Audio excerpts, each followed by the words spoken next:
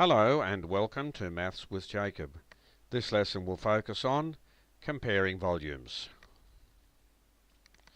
The volume of some different objects can be compared and ordered purely by sight.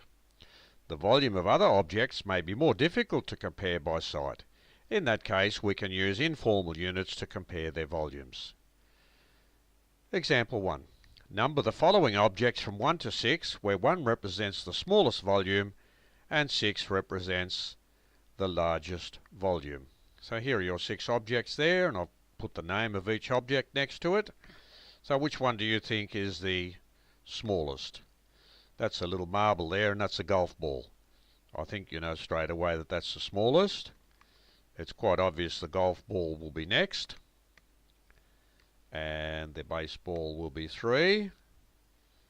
I think you're pretty confident that the basketball will be 4, the microwave oven is 5, and that's the largest volume there, which is 6. That's pretty straightforward. We can do all those by sight because they're quite easy. The green garbage bin needs to be filled with sand. Circle the most suitable object that could be used to perform this task. Now here are the 3 objects. We have a choice of which is the best object of those 3. What about the spoon? Well, that's clearly unsuitable, isn't it? It's too small. It would take you such a long time. This is also quite small. It's certainly better than the spoon, but I think you all agree that this is the best choice.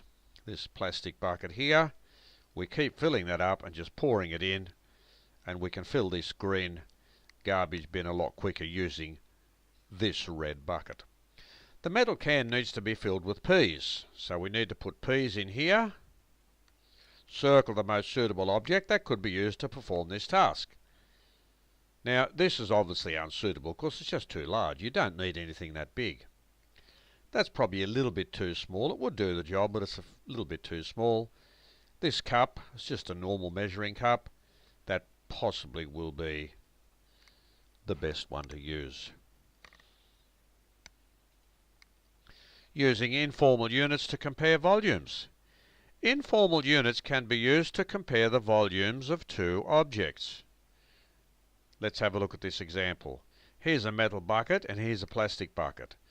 Now they look pretty similar, but let's see if we can do something to work out which one is larger with respect to volume.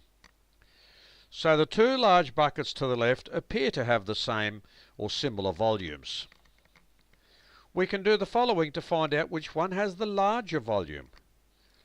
Now here is a small bucket. That's a small yellow bucket. And we're going to use this bucket here. This is the informal unit. So a full bucket of sand is 1 unit.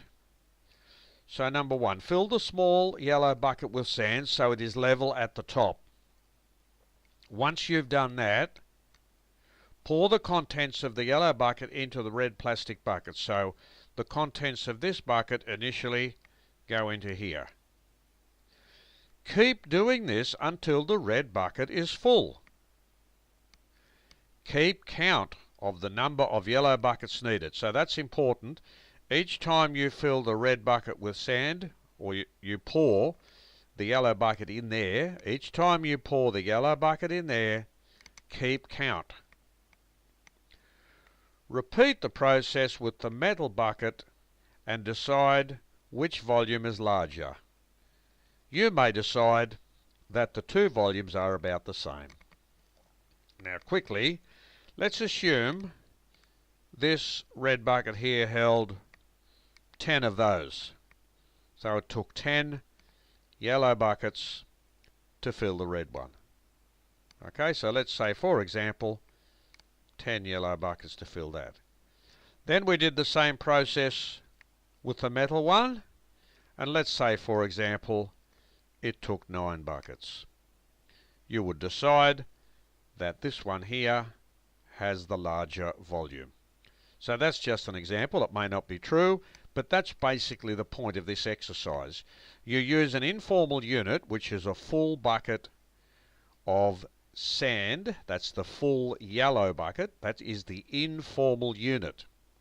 And then you just keep count and then you make the decision at the end. So the video has introduced us to volume and has shown us how to use the most suitable informal unit to decide which volume is larger or smaller.